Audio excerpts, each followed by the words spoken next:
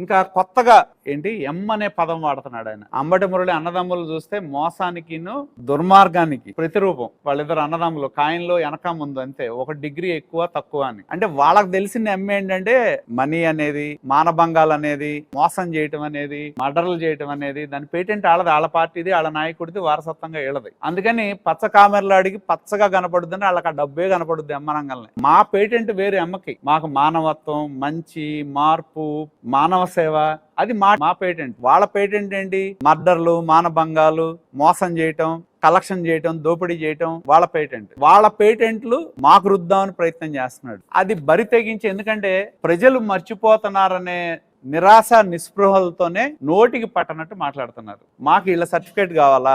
50 సంవత్సరాల రాజకీయ కుటుంబం మాది. ఒకే నియోజకవర్గం నుంచి పోటీ చేసిన వాళ్ళు రాష్ట్రంలో చూసుకుంటే అతి తక్కువ మంది ఉంటారు. ఎదుటివాడు ఎవడైనా కావచ్చు.